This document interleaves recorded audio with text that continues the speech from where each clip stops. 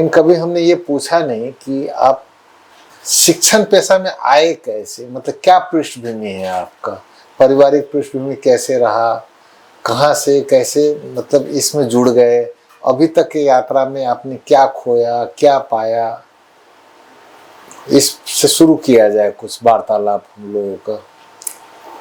शिक्षण पेशा में रुचि बढ़ने का मुख्य कारण हाँ मेरे मिडिल स्कूल के हाँ हेड सर हरनारायण ओझा जी हैं। उनका कहना था हाँ कि आप जितना ज़्यादा लोगों को बताएंगे, अपने ज्ञान को प्रभावित करेंगे, उतना ही ज़्यादा आपका मेमोरी बस शार्प होगा। पिताजी क्या करते थे खास? मेरे पिताजी, दादाजी के स्वर्गीय होने के बाद, दादाजी मेरे स्टेशन मास्टर थे बीरगंज में। बीरगंज में नहीं, उस समय अमलेशगंज से उनकी शुरुआत हुई। हाँ। तो अमलेशगंज तो मैं रहा नहीं, मैं तो देखा भी नहीं अपने दादाजी को, लेकिन जो सुने उसके बाद वो रक्सौल रेलवे स्टेशन पर, मतलब नेपाली स्टेशन पर स्टेशन मास्टर बने। मतलब रक्सौल वाले हिस्से में नेपाली स्टेशन के पार्ट में स्टेशन मास्टर थे। तो उस समय मेरे पिताजी बनारस गए थे मैट्रिक का परीक्षा देने के लिए। ओके, हाँ। समझे ना, उस समय यहाँ परीक्षा होती नहीं थी, मैट्रिक का परीक्षा इंडिया में ही होती थी। आप हफ्ते में 2 बार डायलिसिस पे रहते हो, हेल्थ आपका पहले से डिटोरिएट है, बट आपका मनोबल इतना उच्च है, हर फंक्शन में मैं देखता हूँ आप अटेंड कर लेते हो, बच्चों को आज भी पढ़ा रहे हो, मनोबल आपका कहाँ कैसे मैनेज कर लेते हैं, कहाँ से लाते हैं इतना एनर्जी? मनोबल का मेन कारण है मेरे साथी भाई। हाँ। साथी भाई ने कभी भी मेरे हौसले को बढ़ाया ही है, तोड़ा नहीं है। ओके। उसके बाद मेरा परिवार, जिसे मैं फर्स्ट प्रायोरिटी देता हूँ। एक्चुअली ये क्या है डायलिसिस? मतलब सुने हुए हम, बहुत डीप में हम भी नहीं जानते। देखो डायलिसिस क्या है कि किडनी का फंक्शन है।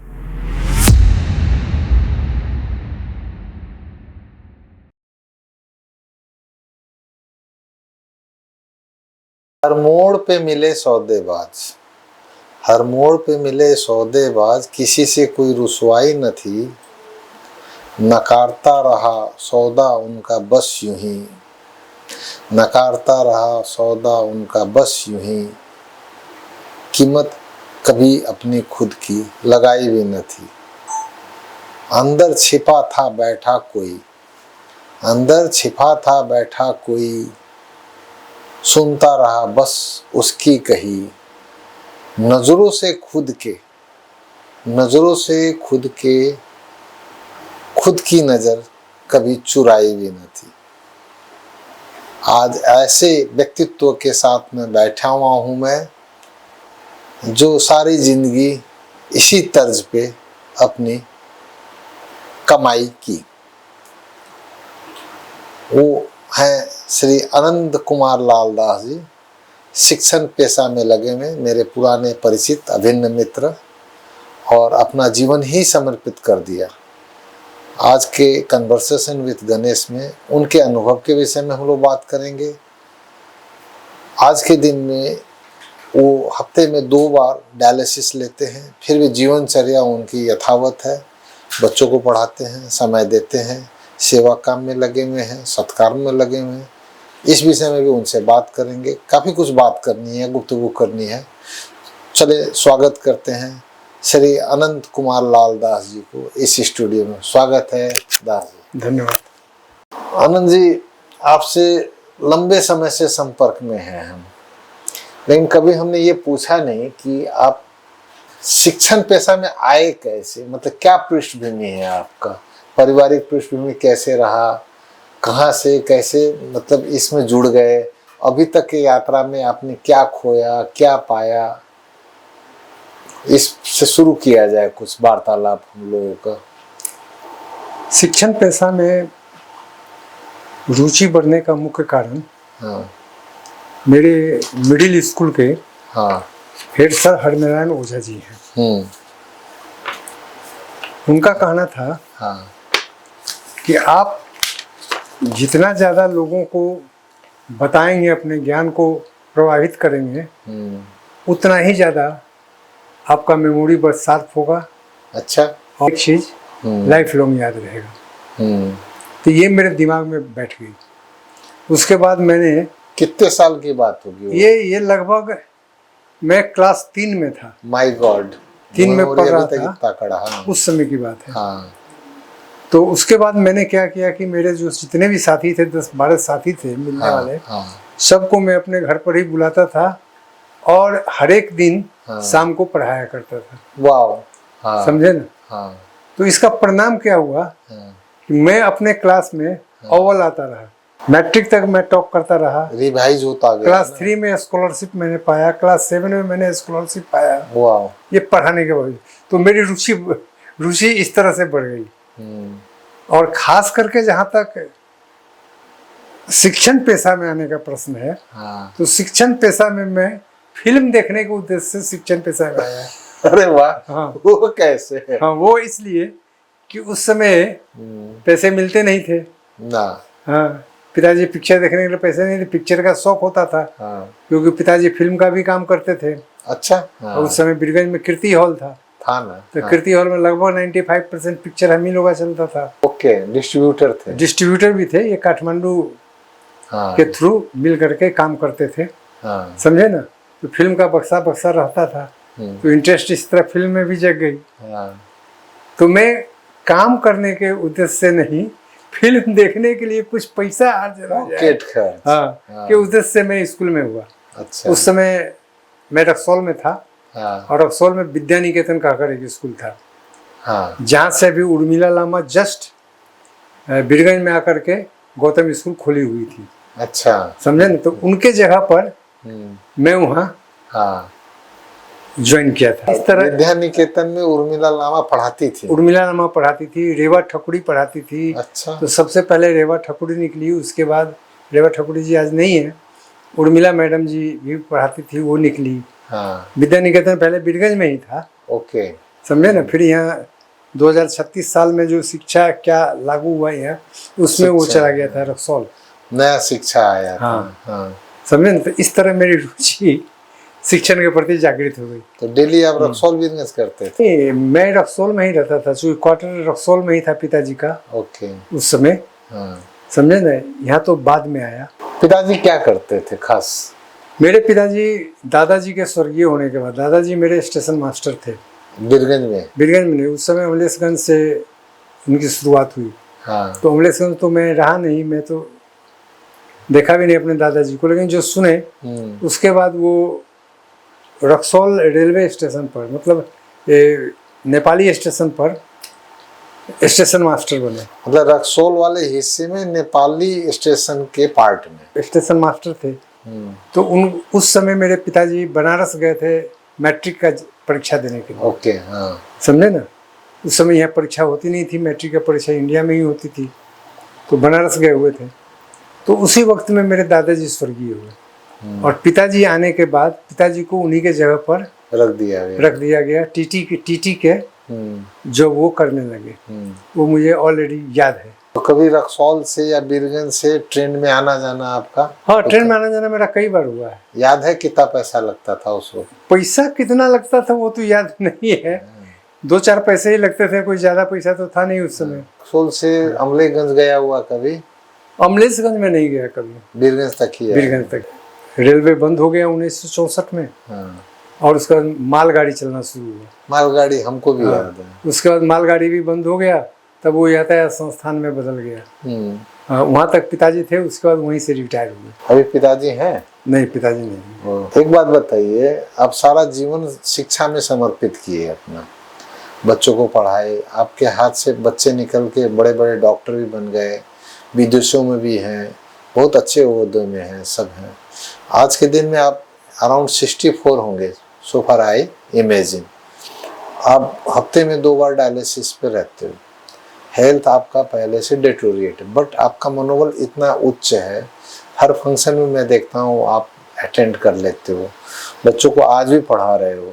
मनोबल आपका कहाँ, कैसे मैनेज कर लेते हैं, कहाँ से लाते हैं इतना एनर्जी? मनोबल का मेन कारण है मेरे साथी भाई। हाँ।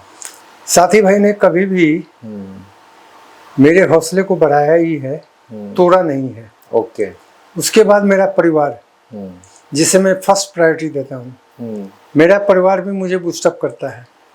मेरे आगे कोई भी मेरी बीमारी का चर्चा नहीं करता है, नहीं करेगा, कोई नहीं करता ही नहीं है। सब कहते हैं कि तुम ठीक हो, तुम फर्स्ट क्लास हो, तुम कर सकते हो, आत्मबल को गिरने मत देना। तो उन लोगों की इस तरह की बातें जो है, मुझे भी लगता है कि मैं बीमार हूँ ही नहीं।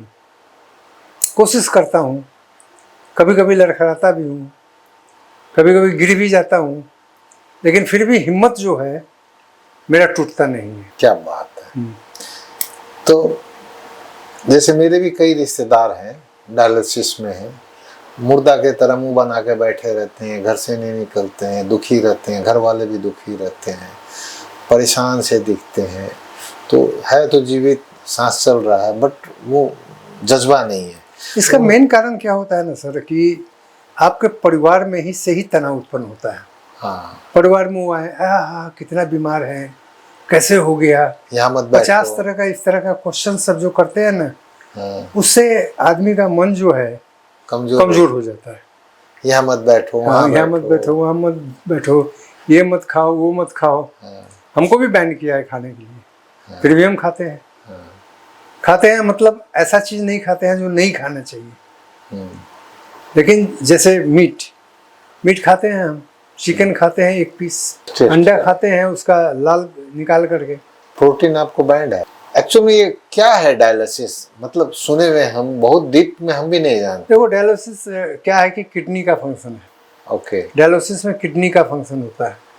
किडनी जिस तरह से ब्लड को सफा करती है, ब्लड से बेकार तत्व को निकाल करके बाहर कर देती है, उसी तरह ये डायलिसिस में भी बेकार तत्व को निकाल करके बाहर कर देती है। किसी को 5 घंटा लगता है डायलिसिस, किसी को सुनते हैं 2 घंटे में ही हो जाता है। नहीं, 2 घंटे में जिसका होता है वो घर पर करते हैं। ओके। घर पर करने वाले अभी बहुत सारे सिस्टम्स आ गए हैं जिसमें 1 घंटा में भी डायलिसिस हो जाता है, लेकिन कई बार करना पड़ता है। तो था ही नहीं डायलिसिस। अब बहुत तरह की मशीनें आ गई हैं। अब तो विदेशों में तो डायलिसिस छूट भी जाता है। अच्छा। यहाँ उस तरह का प्रवृत्ति अभी टेक्नोलॉजी नहीं है। नारायणी में ही मैं कराता हूँ। यहाँ का कुछ नर्स अच्छे हैं। हाँ। जो अच्छी तरह से आपको करेंगी यहाँ। हाँ। समझे ना, कुछ नर्स ऐसे हैं 10 जगह पिक कर देंगे। खोजेंगे नहीं, हड़बड़ में 10 जगह पिक कर, वही फूल जाएगा, कभी गुलठी हो जाएगा, कभी ब्लड क्लॉट हो जाएगा। ये सब समस्या सब आती रहती है। जब डायलिसिस चलता है तो बड़ा पीड़ा होता है, ऐसा सुने हैं, क्या है?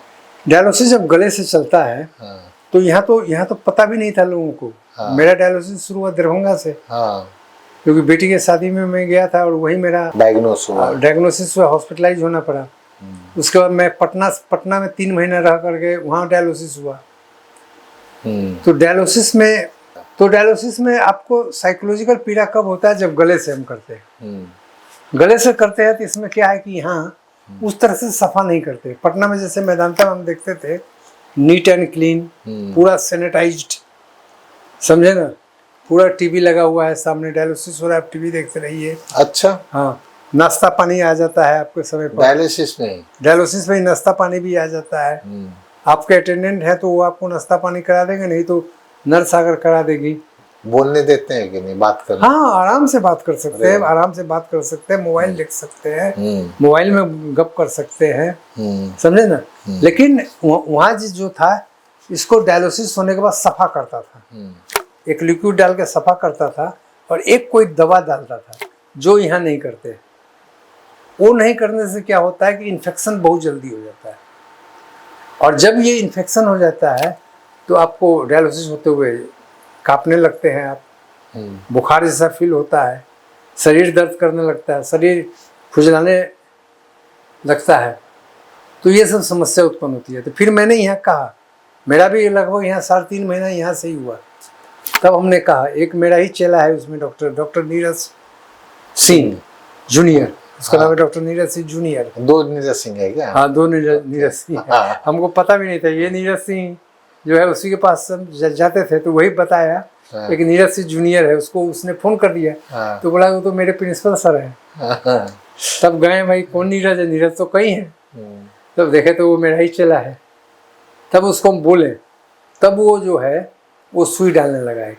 करियर एक स्तर पे पहुंचाया, उनसे जब आपको मुलाकात होती होगी तो आपको अंदर से तो बड़ा प्राइड सा फील होता होगा, कैसा फील होता है? नहीं, बहुत ही प्राइड फील होता है। और जब भी वे लोग आते हैं वीरगंज में तो मुझे खोज करके भेंट करते हैं।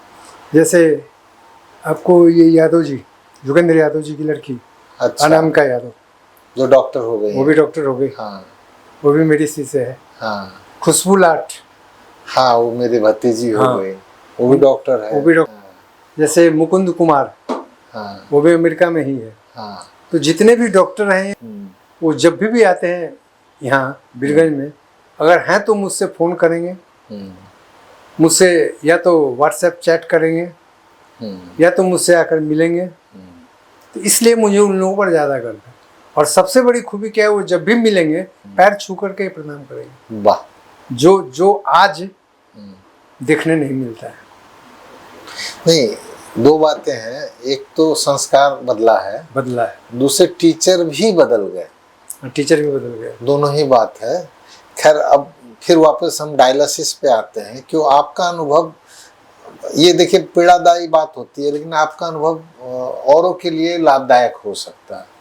तो हम जो देख रहे हैं, हमारे रिश्तेदार में देख रहे हैं, परिवार में देख रहे हैं, इष्ट मित्रों में देख, खान पान का कहानी बड़ा ही बिगड़ा हुआ है, जीवन शैली भी अनियंत्रित, असंतुलित है, और कई रोग लग रहे हैं लोग को। मेरे कई परिचित हैं जिनकी किडनी डैमेज होने से वो संसार से गुजर गए, डायलिसिस में रहे, नहीं टिक पाए। 3 दिन पहले मेरा मौसी का बेटा डायलिसिस में था, डायलिसिस में भी वो नहीं टिक पाया 1.5 साल।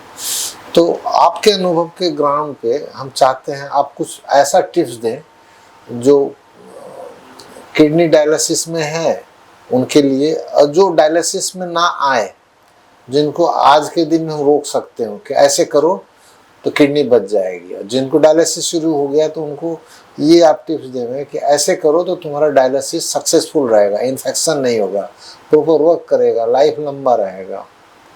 कुछ हिंट्स दिया जाए इसके लिए। 2 चीज़ मैं क्या कहना चाहूँगा। हाँ, एक तो सबसे पहले अपने सबकॉन्शियस माइंड को हाँ, जगाना होगा। अच्छा, यानी मुझे कुछ नहीं हुआ है, रात को कम से कम सोते वक्त में 10 मिनट हाँ, आपको सोचना है हाँ, कि मुझे कुछ नहीं हुआ है, हाँ, मैं ठीक हो रहा हूँ, हाँ, मैं जल्दी ठीक हो जाऊँगा, समझे ना। हाँ, इस तरह की बातें आपको सोचनी है और उसके बाद सो जाना है। 10 मिनट 10 मिनट सो जाना है। हाँ, और सोने के बाद वो माइंड अपना काम करता है, वाह, उससे भी किडनी आपका रीग्रोथ करता है। एक दूसरा आपको है, अभी मेटाबॉलिक ट्रीटमेंट चला हुआ है, हाँ, आयुर्वेद का, हाँ, जिसमें 2-3 दवाइयाँ हैं, हाँ, जैसे गोरखू, हाँ, नारकाचूर हाँ, और ये मंगरेल। अच्छा, हाँ, मंगरेल, हाँ, तीनों को पीस लीजिए, हाँ, पीस करके पाउडर बना लीजिए, हाँ, और उसके बाद पीपल हाँ, और नीम हाँ, का जूस बना लीजिए। पीपल और नीम के पत्ते को रख करके उसको खौला करके उसका जूस बना लीजिए, और उसमें आधा चम्मच उस दवाई को डाल करके डेली सुबह शाम पीजिए।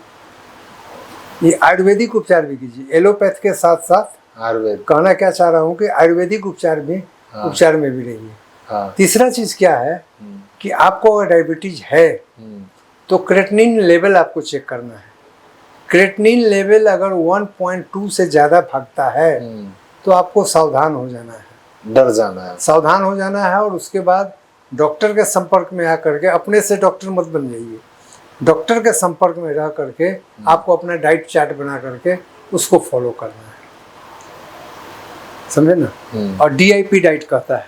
अच्छा, DIP डाइट जैसे हिम्स हॉस्पिटल का DIP डाइट है। अच्छा, DIP डाइट फॉलो करने से भी क्या होता है, किडनी में प्रॉब्लम उतना उत्पन्न नहीं होता है।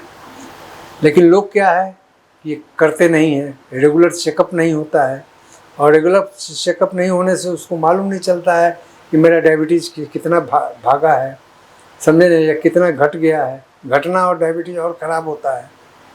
तो ये 3 चीज़ अगर लोग करेंगे तो किडनी प्रॉब्लम से उतना समस्या नहीं होगी। मेरे एक परिचित थे, मतलब थे में आ गए वो, उनको यूरिक एसिड भयंकर बढ़ी हुई रहती थी, और यूरिक एसिड को बड़ा इग्नोर करके चलते थे वो। तो अल्टीमेटली वो यूरिक एसिड भी किडनी को खराब कर दिया, ऐसा मालूम हुआ बाद में। वो ट्रांसप्लांट भी करवाए बट ट्रांसप्लांट उनका सक्सेसफुल नहीं रहा। नहीं, यूरिक एसिड से ब्लड में यूरिया जाता है। हाँ ब्लड में यूरिया जाने से शरीर को बहुत ही बड़ा प्रॉब्लम होता है। हाँ यूरिया लेवल बढ़ना ही नहीं है ब्लड में, हो समझे ना। तो इग्नोर नहीं करना है ना, सबसे बड़ा चीज़ क्या है, इग्नोर नहीं करना है, समझे ना। मेरा भी जो डायबिटीज बढ़ा, ये हमको आज फील होता है कि हमने इग्नोर किया काम के लोड में, समझे ना। हमने इस चीज़ को इग्नोर कर दिया। हमको तो मालूम था आज से थोड़ी डायबिटीज है। डायबिटीज हमको लगभग 30-35 साल हो गए डायबिटीज शुरू हुए, समझे ना। लेकिन हमने भी क्या किया, दवा खाया, कभी नहीं खाया, कभी छोड़ दिया, जो मन किया वो कभी खा लिया। तो इससे क्या हुआ कि ये बढ़ता चला गया और क्रेटिनिन लेवल मेरा 4.5 तक पहुंच गया था। बहुत ज़्यादा हो गया। बहुत ज़्यादा। क्या हो गया कि बेटी के शादी में भाग दौड़ करना पड़ा, सांस रुक गया। यदि आपका आत्मबल से, आपके टिप्स से हमको लगता है हजारों लोग फायदा उठाएं और हम लोग यही ब्लेसिंग दे सबको, आपका पॉजिटिव वाइब्स, सब कोई उससे प्रेरणा ले, सीखे, करे। अभी आप कैसे समय अपना बिता रहे हैं? अभी मेरा लाइफ स्टाइल क्या है, जैसे मैं सुबह 6 बजे उठ जाता हूँ। हाँ। ठीक समय 6 बजे। हाँ 6 बजे उठ जाता हूँ। उसके बाद नित्य कर्म से निवृत्त होकर के मैं कुछ एक्सरसाइज करता हूँ। मेदांता हॉस्पिटल ने हमको दिया है 2-4-5 ब्रीथिंग एक्सरसाइज। अच्छा। हाँ हाँ रेस्पिरेटरी एक्सरसाइज। हाँ, रेस्पिरेटरी एक्सरसाइज हाँ दिया है, वो करता हूँ। हाँ कुछ एक्सरसाइज 1-2 अपने तरीके से भी कर लेता हूँ, समझे ना। उसके बाद स्नान करता हूँ, नाश्ता करता हूँ, नाश्ता करके फिर थोड़ा देर मैं स्टडी करता हूँ। स्टडी करके फिर तैयार होकर के मैं बच्चों को पढ़ाने चले जाता हूँ। वहाँ ज़्यादा देर रुकता नहीं हूँ। 2-3 घंटे रुकने के बाद फिर मैं घर आ जाता हूँ, थोड़ा देर रेस्ट करता हूँ, खाना खाता हूँ। उसके बाद फिर थोड़ा देर रेस्ट करता हूँ, फिर उठ करके कुछ पढ़ता लिखता हूँ। कंप्यूटर आपका आर्टिकल भी खूब आता है। हाँ, कुछ कंप्यूटर पर पढ़ता लिखता हूँ। आज भी आया होगा प्रतीक। हाँ। और रात को सोते वक्त कोई ना कोई किताब जरूर पढ़ता हूँ, आधा घंटा 1 घंटा कोई ना कोई किताब। अभी मैं पढ़ रहा हूँ अचेतन मन की शक्ति। वाह, पावर ऑफ सबकॉन्शियस माइंड। हाँ, मेरी बेटी आई थी तो मेरे लिए लेते आई थी। राइटर क्या हैरारी है? राइटर हमको याद नहीं है, कोई विदेशी राइटर है। तो एक बात बताइए, एडुकेशन सेक्टर की बात करें यदि, तो एक बड़ी पॉपुलर कहावत है कि अभिभावक जो होते हैं बच्चों के लिए पहले शिक्षक होते हैं, खासकर माँ, और उसी तरीके से शिक्षक जो होते हैं बच्चों के लिए दूसरे अभिभावक होते हैं, सेकंड पेरेंट। इसमें आप कितने कन्विंस्ड हैं? आपका पहले का अनुभव और अभी में क्या फर्क देख रहे हैं? नहीं, पहले देखा जाए जो आप कह रहे हैं वही था। हाँ। अभी वो चीज़ नहीं है। अच्छा, क्या चेंजेस है अभी चेंजेस क्या आ गया है, अभिभावक अपने जीवन को चलाने के लिए इतना जद्दोजहद अभिभावक को करना पड़ रहा है, इतने क्राइसिस में अभिभावक है कि उसके पास समय ही नहीं है। हाँ। जिसके लिए वो काम कर रहा है, जिसके लिए वो उतना मेहनत कर रहा है, उसको देने के लिए उसके पास समय नहीं है। और नेचुरली जब बच्चों को आप समय नहीं देंगे तो बच्चे तो भाई दूसरे के संपर्क में आएंगे ही। हाँ। और इस तरह से बच्चे के बिगड़ने का चांस काफी हो जाता है और बच्चे बिगड़ भी काफी रहे हैं, समझे ना। दूसरा हुआ शिक्षक। शिक्षक पहले जिस तरह के होते थे, हम लोग के समय में जिस तरह के शिक्षक होते थे, जो बच्चों में रुचि लेते थे, बच्चों के घर तक जाते थे। हमको याद है एक बार एक शिक्षक ने मेरे को यहाँ एक छड़ी लगा दिया। शाम को वो घर पहुंच गए। घर पहुंचने के बाद मैं दुबक के दरवाजे के पीछे चला गया। मेरी दादी आई सामने। दादी को उन्होंने बताया कि इस तरह पीट दिए हैं, दर्द तो नहीं हो रहा होगा। दादी बोली कि आप उसको और कहे नहीं 2-4-5 छड़ी लगाए। अच्छा, आपने उसके लिए ही तो छड़ी लगाया ना। हाँ। वो चीज अभी नहीं है। अभी तो माँ बाप लड़ जाए। अभी तो माँ बाप लड़ जाए, मतलब पुत्र पुत्री के आगे तो माँ बाप बोल ही नहीं पाते हैं। एक मोबाइल के लिए भी हम लोग के पास आते हैं, मत कहिएगा कि हमने कहा है। अच्छा। मोबाइल चलाते हैं, समझे ना, डरते हैं कि कुछ कर न ले। मास्टर हाथ लगा देवे तो बवाल, मास्टर हाथ लगा दे तो बवाल हो जाए।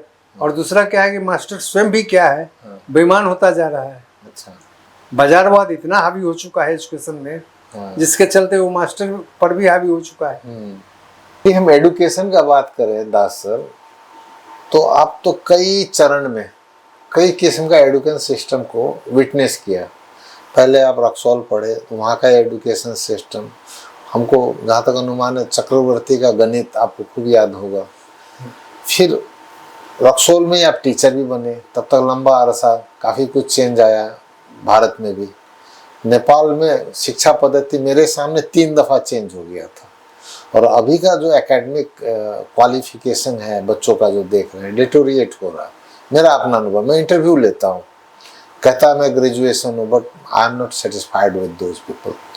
इसके पीछे मैं जो अनुसंधान किया, पता लगाया कि कक्षा 9 तक सरकारी स्कूलों में खास कक्षा 9 तक बच्चे पास हुए या फेल हुए उनको प्रमोशन कर दिया जाता है। तो वो बच्चों में भय नहीं रहा कि यार फेल हो जाएंगे, ऐसे प्रमोट हो रहे हैं। कक्षा 10 में भयानक प्रेशर रहता है बच्चों पे, और जो चीज़ 9 वर्षों में नहीं कर पाए 1 साल में कैसे करेंगे, तो क्वालिटी तो वैसे होगी। दूसरी वो जो पाठ्यक्रम है, पाठ्यक्रम में भी कॉकटेल हो गया, काफ़ी कुछ ऐसा चीज़ है जो बच्चों को काम नहीं लगता रियल लाइफ में, वो पढ़ाया जाता है, उसका एनर्जी तो वहाँ लॉस हो रहा है। तो ये सारे चीज़ के बीच में मैं सुना और आप तो भोग रहे हैं, आपका क्या अनुभव कहता है? नहीं, एक्चुअली में पाठ्यक्रम में क्या है, सुधार भी हुआ है, ऐसा बात नहीं, सुधार हुआ है। हाँ। लेकिन जो सुधार होना चाहिए उस तरह से सुधार नहीं हुआ है। पाठ्यक्रम देश सुहावंदू नहीं है। ओके, समझे ना, पाठ्यक्रम नौकर बनाने का है। अच्छा, इससे इसको पढ़ करके, इस पाठ्यक्रम को पढ़ करके आप जॉब पा सकते हैं, नौकरी पा सकते हैं, लेकिन ज्ञान आपको प्राप्त नहीं होगा, स्किल आपको प्राप्त नहीं होगा। समझे ना। तो अभी का शिक्षा क्या होना चाहिए, मालिक बनने का शिक्षा होना चाहिए। मालिक बनने का शिक्षा का एक भी चैप्टर कोर्स में नहीं है। अच्छा, जैसे होना चाहिए ना, संपत्ति क्या है, पैसे का उपयोग कैसे होता है, पैसा कैसे आपके लिए काम करेगा, ये सब जो बातें हैं। दूसरी क्या है, नैतिकता की बातें, मोरल, नैतिकता की बातें नहीं है। तीसरी क्या है कि अभी सोशल स्टडी खास करके इंग्लिश मीडियम में भी अब नेपाली मीडियम का चल चुका है। अच्छा, और वो 10 सब्जेक्ट का एक किताब है, 10 सब्जेक्ट, उसमें 10 सब्जेक्ट पढ़ाई होता है। हाँ। और फिर इतना लैंडी चैप्टर है, हाँ। क्योंकि मैं खुद सोशल स्टडी का टीचर हूँ, हाँ। एक्सपर्ट हूँ इस जिला का। हाँ। समझे ना। हमको पढ़ाते पढ़ाते कोर्स फिनिश करते करते हमको जब दौड़ हो जाता है, तो आम जो पढ़ते ही नहीं है, लिखते ही नहीं है, उनका क्या हाल, उनका क्या हाल होगा, जबकि हम लोग टॉप ट्रेनर भी हैं। समझे ना। तो पाठ्यक्रम में सुधार आना चाहिए, लेकिन ये जो देश जो है उस तरफ नहीं सोच रहा है। शिक्षा अगर इस देश का अच्छा होगा तो देश भी बनेगा करके किसी भी नेता के माइंड में ये चीज़ नहीं है कि शिक्षा को अच्छा बनाया जाए, शिक्षा को कैसे लूटा जाए। समझे ना। इस कारण से क्या है, यहाँ शिक्षा दिन प्रतिदिन डूबता चला जा रहा है, चाहे वो बोर्डिंग का हो चाहे वो सामुदायिक हो। सामुदायिक में भी जो आप कहते हैं फेल नहीं करता है, बोर्डिंग में भी फेल नहीं करता है। बोर्डिंग में भी बच्चे फेल होते हैं, हाँ। लेकिन वहाँ भी फेल नहीं होता है 9 में। अब अंडरस्टैंडिंग में निकाल देते, हाँ, अंडरस्टैंडिंग में निकाल दिया, उसका सिस्टम सब बना दिया। समझे ना। और सिस्टम बना करके उसको निकाल दिया जाता है। अब 10 में उसके ऊपर लोड पड़ता है। और फिर क्या है कि हमारे तराई क्षेत्र में चीटिंग का प्रावधान है, माँ बाप जाते हैं, हाँ। चीट कराने, टीचर लोग बिकते हैं, हाँ। समझे ना। बहुत सारे स्कूल खरीदते हैं, हम लोग को मालूम है, नाम तो मैं नहीं कहूँगा यहाँ, बहुत सारे स्कूल ऐसे हैं जो खरीदते हैं, पैसा खर्च करते हैं, उसके बल पर रिजल्ट अच्छा होता है। बीइंग एक्सपर्ट, आप 5, 7, 10 बुलेट पॉइंट में ये कर दो, ऐसा कोई संदेश देना चाहेंगे देश को? देश के लिए सबसे बड़ा क्या है कि पाठ्यक्रम को परिमार्जन करना होगा। हाँ। हमारा देश एक कृषि प्रधान देश है। हाँ। कृषि प्रधान देश के लिए कृषि सुहावंदू पाठ्यक्रम लाना होगा। समझे ना। उसके बाद यहाँ पर्यटन क्षेत्र को विकसित किया जाता है, तो पर्यटन संबंधी बहुत सारे चैप्टर्स को पाठ्यक्रम में जोड़ना होगा, जो नहीं है। पहले 1-2 था भी, लेकिन उसको हटा दिया। अब उसको क्या, वैदेशिक रोजगार चैप्टर को थप दिया। भगवान मालिक है। हाँ, वैदेशिक रोजगार इसलिए थप दिया। उसके बाद उसमें क्या और जोड़ दिया, कैसे आप विदेश जाएंगे, ये सारा सिस्टम अब पढ़ाना पड़ता है, समझे ना, जिसका कोई जरूरत नहीं है। श्रम का महत्व तो पाठ को हटा दिया गया, समझे ना। तो इस तरह से जो किया जाता है सब को हटाना होगा और एक नए तरीके से पाठ्यक्रम का लेखन होना पड़ेगा, तब जा करके। और इसमें एक्सपर्ट लोगों को, और एक्सपर्ट भी क्या है कि कई समूह में बटे हैं, कई दल में बटे हैं, कोई कम्युनिस्ट है, कोई कांग्रेस है, कोई रापरपरा है, कोई कुछ है लेखक, और वो अपने अपने दलगत हिसाब से उस पाठ्यक्रम को का संरचना तैयार कर रहे हैं, जिससे क्या होता है कि वो देश के लिए वो नहीं है। और कितना देना चाहिए, एक साल में हम कितना पढ़ा सकते हैं, आप अनुमान लगाइए। एक साल में 6 महीने में पढ़ाई नहीं होती है, नहीं होती है, 6 महीने में पढ़ाई नहीं होती है, छुट्टी। तो आप कोर्स को कैसे पूरा करेंगे? जो शिक्षक को आपने कोर्स को पूरा करने के लिए रखा है उसको तो आप 50 तरह के काम में खटाते हैं, उसको कोई सम्मान नहीं देते हैं, चाहे वो गवर्नमेंट का हो चाहे वो बोर्डिंग स्कूल का हो। बोर्डिंग स्कूल के टीचर को क्या फैसिलिटी है? कोई फैसिलिटी नहीं है। जब तक वो काम कर सकता है बोर्डिंग स्कूल उसको रखता है, जब काम निकल जाता है, नहीं कर पाने की स्थिति में तो उसको निकाल दिया जाता है। जिसका एक भुक्तभोगी मैं भी हूँ कि मैं भी बाधित हो करके 41 साल माउंट एडमंड में काम करने के बाद मुझे छोड़ना पड़ा। तो कहाँ से होगा? तो टीचर को जब तक आप सम्मान नहीं देंगे, टीचर का हौसला जब तक आप बुलंद नहीं करेंगे, टीचर को जब तक आप फैसिलिटीज नहीं देंगे, तब तक शिक्षा में सुधार होने वाला नहीं है। और जैसे अभी शिक्षा आंदोलन हुआ था, निजामती कर्मचारी सरह उन लोगों को तलब मिलना चाहिए, मिलना चाहिए, क्यों नहीं मिलना चाहिए? निजामती कर्मचारी को पैदा करने वाला शिक्षक और उसी का तलब सबसे न्यून। शिक्षक लोग का ट्रेनिंग का भी कोई कार्यक्रम आना चाहिए क्या? नहीं, शिक्षक का तो ट्रेनिंग कार्यक्रम है। शिक्षक का ट्रेनिंग कार्यक्रम चलता है, हम लोग भी चला चुके हैं ट्रेनिंग कार्यक्रम, हम भी टॉट है सोशल के। और ये पॉलिटिकल जो एफिलिएशन होता है संघ संस्था का, सुना है हमने, शिक्षक लोग का ही पॉलिटिकल एफिलिएशन होता है क्या? यही तो विडंबना है कि देश के नेता लोगों ने शिक्षक को भी बांट दिया है। बांट दिया। पहले एक ही था, हाँ, शिक्षक संघ था। हाँ। अभी कई शिक्षक संघ हो गए हैं, सबका पॉकेट हो गया, सबका पॉकेट हो गया अपना अपना अलग अलग। इससे और भद्रगोल शैक्षिक स्थिति हो गया है। चलिए अब फिर वापस आते हैं हम लोग आर्ट ऑफ लिविंग पे। हम कई लोगों के मुंह से सुने, अब दुखी लोग बोलते हैं, कवि लोग बोलते हैं, जीवन अपने आप में चुनौती है। जिस दिन आप जन्म लेते हैं, गौतम बुद्ध ने बोला था जन्मना ही दुख है, और दुख फिर शुरू हो जाता है। तो 5 किस्म का दुख बोला, जिसमें जन्मना तो दुख है ये। और बोलते हैं जिस दिन आप शरीर त्याग देते हैं, बोलते हैं उस दिन उस चुनौती से मुक्ति मिल जाती है।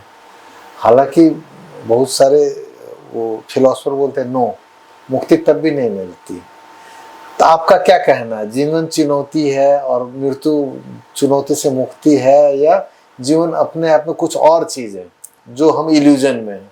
देखिए, जहाँ तक चुनौती का प्रश्न है, इस संदर्भ में मैं एक कविता कहना चाहूंगा। बिल्कुल। देख कर बाधा विविध बहु विघ्न घबराते नहीं, रब भरोसे भाग के दुख भोग पछताते नहीं, काम कितना ही कठिन हो किंतु उकताते नहीं, भीड़ में चंचल बने जो धीर दिखलाते नहीं, हो गए उनके बुरे दिन भी भले, वे ही मिले हर जगह फूले फूले। वाह। इसलिए चुनौती क्या है? एक अवसर है। अवसर है, ट्रू। चुनौती सफलता का पहला खुड़किलो है। अगर आपके पास चुनौती नहीं है, अगर आप गिरेंगे नहीं तो आप चलना नहीं सीखेंगे। चलना सीखना है तो आपको गिरना पड़ेगा, समझे ना। इसी तरह जब तक आप फेल्यूर नहीं होंगे तब तक आप सफलता प्राप्त नहीं करेंगे। इसलिए चुनौती क्या है? अवसर है। और चुनौती को जिसने अवसर के रूप में लिया उसके लिए चुनौती कुछ भी नहीं है। चुनौती खेल हो जाता है, उसको मजा आता है, मजा चुनौती के साथ लड़ने में। और मृत्यु तो अवश्यंभावी है, मृत्यु अवश्यंभावी है। और गौतम बुद्ध ने जो कहा है कि जन्म लेने के बाद विभिन्न तरह का दुख होता है, रोग लगता है, शोक लगता है, बीमार पड़ता है, बूढ़ा होता है, अंत में मर जाता है। तो ये तो नेचर है ना, प्रकृति है ना, प्राकृतिक स्वभाव है। तो इससे डरना क्या? मृत्यु से डरना क्या? मृत्यु से जो डर गया वो समझिए मर गया। आपके जीवन में भी कई उतराव चढ़ाव आए। हम काफी दिनों से संपर्क में नहीं रहे, लेकिन मैं जानता हूँ। तो ये सारे उतराव चढ़ाव में सुख के क्षण भी खूब आए हैं, दुख के क्षण में भी आए। यदि याद करते हैं तो कोई ऐसा दुख का क्षण जिससे आपने पार पाया, और सबसे बड़ा दुख था वो, और बड़ा संघर्ष किए लेकिन पार पाया, याद है कोई वैसा? याद है, सबसे तो एक करंट ही हुआ है 3 साल पहले। ये कि मैं डायलिसिस, बेटी के शादी में दरभंगा गया, हाँ। सारा चीज मैंने प्रबंध कर दिया, और हम लोगों में सबसे पहले सिद्धांत होता है जिसको छेका कहा जाता है। हाँ। सिद्धांत से 2 दिन पहले मैं पारस हॉस्पिटल में हॉस्पिटलाइज हो गया। अब सोचिए, जिस परिवार में शादी है, सारे लोग मेहमान आए हुए हैं, और परिवार का मुखिया ही जो है हॉस्पिटलाइज है, 9 दिन आईसीयू में रहा।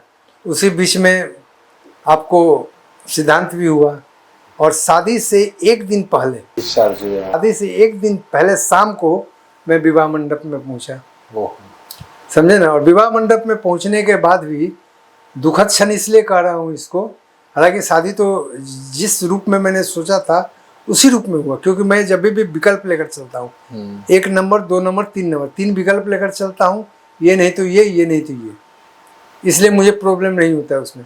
शादी शानदार ढंग से हुई। एक ही चीज़ क्या रह गया कि मैं अपनी लड़की का, जो मेरी एक ही लड़की है, उसका कन्यादान नहीं कर पाया, जिसके लिए मैंने उतने सपने सजोए थे। अब बोलते हैं ना, डेस्टिनेशन, डेस्टिनी, फेट, ये अपने हाथ में तो है नहीं। खैर, वैसे भी सुखद क्षण भी कई आए हैं आपके जीवन में, बहुत अच्छे।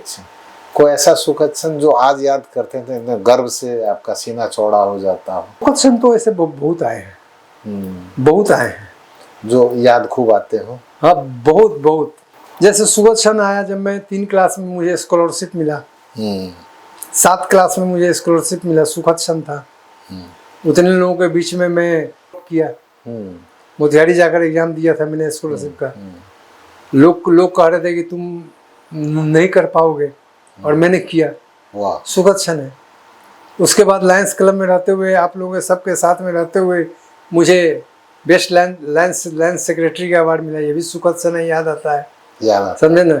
वहीं रहते हुए मुझे दैवी प्रकोप उद्धार पदक प्राप्त हुआ, जो देश में जमा 7 आदमी को मिलता है। एजुकेशन से भी रिलेटेड कोई अवार्ड मिला आपको? एजुकेशन से रिलेटेड मुझे 2 शिक्षा अवार्ड मिला है, एक मेडल और प्रमाण पत्र मिला है, और एक प्रमाण पत्र मिला है, राष्ट्रीय शिक्षा पुरस्कार, ये 2 मिले हैं। इसके अलावा जेसिस में, स्काउट में मैं खुद तालीम आयु था, रेड क्रॉस में मैं अभी भी लाइफ मेंबर हूँ, और रेड क्रॉस में युवा रेड क्रॉस का जो कंसेप्ट यहाँ आया बीरगंज के अंदर नेपाल में, वो हम लोग का लाया हुआ है। हम और विश्वम्बर शर्मा के अथक परिश्रम के बाद ये युवा रेड क्रॉस का कंसेप्ट हम लोगों ने लाया है। तो इस तरह के बहुत सारे सुखद क्षण है। देखिए, बड़ा लोगों में कई किस्म की भ्रांतियां हैं सफलता को लेकर के, और किसी का मत किसी से मिलता नहीं है। आपको क्या लगता है, जीवन में सफलता क्या है? किसको मानते हैं आप सफलता? सफलता आत्मसंतुष्टि है। अगर किसी काम को करने से आपको आत्मा में संतुष्टि प्राप्त होता है, वही सफलता है। फिर संतुष्टि भी होता है। जैसे उस संतुष्टि में क्या है कि हमको 2 पैसा कम भी प्राप्त हुआ तो हम खुश हैं, 2 पैसा ज़्यादा भी प्राप्त हुआ तो हम खुश हैं, या जो हम करना चाह रहे हैं वो हमने किया, इससे खुश है, वही सफलता है। होता है जैसे हमने चाय का चुस्की लिया, टेस्ट बहुत अच्छा लगा, वो भी संतुष्टि। लेकिन वो कितना टिकाऊ है संतुष्टि, ये भी तो मायने रखता होगा ना। नहीं, टिकाऊ तो ये क्या है कि मन का भावना है। मन को अब जैसे मन एक जगह स्थिर रहता नहीं है, मन घूमता रहता है, इसीलिए तो विपसेना शिविर है। जिसका मन इधर उधर घूमता है वो विपसेना शिविर है। मैंने भी ज्वाइन किया है, मैंने भी 10 दिन आपने भी किया था। हाँ, उसका एग्जीक्यूटिव ट्रेनिंग लिया है विपसेना का। मैं काफी प्रभावित हूँ। अभी करते हैं विपसेना से? हाँ, कराता हूँ, मेरे बच्चों लोगों को भी कराता हूँ 5 मिनट। बच्चे पाना कराते हैं? हाँ, आना पाना, बच्चे लोगों को आना पाना कराते हैं ना। तरीका तो है, तरीका बहुत सारे हैं उनको नियंत्रण करने का। अगर आप उसको तरीका अपनाएंगे तो आपका मन नियंत्रण हो सकता है, नहीं अपनाएंगे तो नहीं नियंत्रण होगा। अच्छा, एक बात बताइए, सबको मालूम है कि हम कालजयी नहीं है, मेरा मृत्यु असंभावी है, सबको मालूम है, इतने अनाड़ी कोई नहीं है, सब इस मामले में ज्ञानी। और मृत्यु के ऊपर, जीवन के ऊपर घंटों बोल देते हैं भाषण में। अपने जीवन में जब मृत्यु को नजदीक से देखते हैं तो घबरा जाते हैं। हैं, बिल्कुल नर्वस हो जाते हैं, या ये मान के चलते हैं जब पाप का काम करते हैं तो इतना डूब जाते हैं, वो भूल जाते हैं कि मेरा भी अंत आने वाला है। आपको क्या लगता है ऐसा क्यों होता है? देखिए, ऐसा खास करके मेरे दृष्टिकोण से ऐसा इसलिए होता है कि मृत्यु के करीब पहुंचने के बाद उसको सारे अच्छे और बुरे कर्म नजर आते हैं, जैसा मैंने पुस्तकों में पढ़ा है। बाल्यकाल से लेकर के बुढ़ापे तक का बहुत सारी बातें उसके दिमाग में आती है। उस समय अगर उसने कोई गलत क्रियाकलाप किया हुआ होता है जो वो किसी को कह नहीं पाया होता है, उसके कारण वो डरता है। और खास करके हिंदू मैथोलॉजी में, सनातन धर्म में ये स्वर्ग नरक का जो सिस्टम जो है, उसके कारण कि अब हम नरक में चले जाएंगे उस गलत काम के कारण, इसलिए वो डरना शुरू करता है। समझे ना? नहीं, अगर उसी चीज को वो सब लोगों को कैश फ्लो कॉन्वेंट आपको सिखाएगा कि संपत्ति आपके लिए क्या काम करेगा, क्योंकि आज 100% मानव जो है पैसा के लिए काम कर रहा है, लेकिन कुछ ही लोग ऐसे हैं जिसके लिए पैसा काम कर रहा है। वेरी ट्रू, बहुत ज्यादा बात होती है। समझे ना? तो ये जो चीज है, पैसा हमारे लिए कैसे काम करे उस पर ज्यादा सोचना चाहिए। और तीनों किताब को जो गहन अध्ययन करेगा, जिसके पास अकाउंट का थोड़ा सा ज्यादा नॉलेज होगा, वो उस किताब को अच्छी तरह से समझ पाएगा। तीन किताब, और इसके अलावा भी बहुत सारी किताबें हैं। अब तो किताब आगे नहीं रही है। पहले होता था, हम लोग के बाल्यकाल में चंदा मामा पढ़ते थे, नंदन पढ़ते थे, गोलगप्पा पढ़ते थे, हमने सचित्र कथाएं पढ़ते थे, एस्टिक्स पढ़ते थे। अभी किताबें नहीं मिलेगा। सुमन सौरभ एक मिलता था, वो भी नहीं मिलता। अब चंपक भी कभी कभी आता है, नहीं आता है, पुस्तक का अभाव हो गया है। पढ़ने वाले भी अब वो पुस्तक जो हमें प्रेरणा प्रदान करे, इसका बहुत ज्यादा अभाव है। ऐसा प्रोभम या कोई ऐसा होते हैं ना, उक्ति बोलते हैं, भनाई नेपाली में बोलते हैं, आपको याद है, जो बार बार आपको प्रेरणा का कारण बनता है? जो सोचोगे वही पाओगे। Simple, very good. हम आज भी जो सोचते हैं वो मुझे मिलता है। समझे ना? इसका एक ही चीज है, जो सोचोगे वो पाओगे। इसलिए हमें अपना सोच को बदलना होगा। समझे ना? सोच अगर हमारा सही है तो लक्ष्य आपका सही होगा। सोच अगर सही नहीं है तो लक्ष्य में आप ढिलमुल चलते रहेंगे, लक्ष्य आपका क्लियर नहीं हो पाएगा और आप सफल नहीं हो पाएंगे। इसलिए सोच को पहले बदलना होगा। An idea can change your life, पहले आता था ना टीवी में एक ad, an idea can change your life. ये आइडिया है, इस पर बहुत सारे उदाहरण सब है। समझे ना? तो अगर आपका सोच अगर ठीक है, उस सोच को लिख डालिए कि मुझे ये बनना है। लिख करके आप अपने सामने उसको टास्क कर दीजिए, जिस पर आपका बार बार नजर पड़े। मान लीजिए आपके सामने साक्षात भगवान खड़े हो गए और बोले अगले जन्म में क्या बनना चाहोगे, तो आप क्या बोलेंगे? मैं तो कहूँगा मैं शिक्षक ही बनना चाहूँगा। सिंपल है। और आपके जीवन के, मैं चाहूंगा कि 25-30 साल और जाए। मैं चाहूंगा मेरी तरफ से जो भी प्रे होगा करेंगे। सारा समाज, आपके सारे इष्ट मित्र परिवार लगे हुए हैं, आपका मनोबल भी बड़ा ऊंचा है। तो आने वाले दिनों में आपका कोई ऐसा प्लान है कि ये सारी जिंदगी नहीं की, अब करते हैं ना? मेरे जीवन में एक ही प्लान था, पीएचडी करूंगा, जो मैं कर नहीं पाया, और अब समय नहीं है कि उसको कर पाऊंगा। समझे ना? यही एक लालसा मेरी बाकी है। ये कर सकते हैं। लोकल में तो थोड़ा है दिक्कत, लेकिन हो गया है। नहीं, अब नहीं हो पाएगा, उसमें रिसर्च चाहिए। हाँ, दौड़ना, रिसर्च के लिए थोड़ा सा कम हो गया। अब ये लास्ट में आ गए हैं, पर जाते जाते हम 2-4 बुलेट पॉइंट में आपके तरफ से आज के युवाओं को, खास करके वो युवा जो जद्दोजहद में लगे हुए अपने जिंदगी को सेट करने में, कोई मैसेज देना चाहेंगे? बुलेट पॉइंट उन लोगों में कविता के माध्यम से क्या मैसेज देना चाहूँगा। हरिवंश राय बच्चन की कविता की अंतिम पंक्तियां हैं, 4 पंक्तियां। सफलता एक चुनौती है, इसे स्वीकार करो। हम्म, अगर आप सफल होना चाहते हैं तो चुनौती को स्वीकार करें। सफलता एक चुनौती है, इसे स्वीकार करो। क्या कमी रह गई, क्या कमी रह गई, देखो और सुधार करो। देखो और सुधार, देखो और सुधार करो। जब तक ना सफल हो नींद चैन को त्यागो तुम। जब तक ना सफल हो नींद चैन को त्यागो तुम। युद्ध का मैदान छोड़ मत भागो तुम। युद्ध का मैदान छोड़ मत भागो तुम। बिना किए कुछ जय जयकार नहीं होती, कोशिश करने वालों की कभी हार नहीं होती। अगर आप कोशिश करेंगे तो आप अवश्य सफलता पाएंगे। बहुत बड़ी मैसेज है। इसके साथ में ही आज का हम लोग का कन्वर्सेशन यही विराम लेते हैं, फिर मिलते हैं ब्रेक के बाद।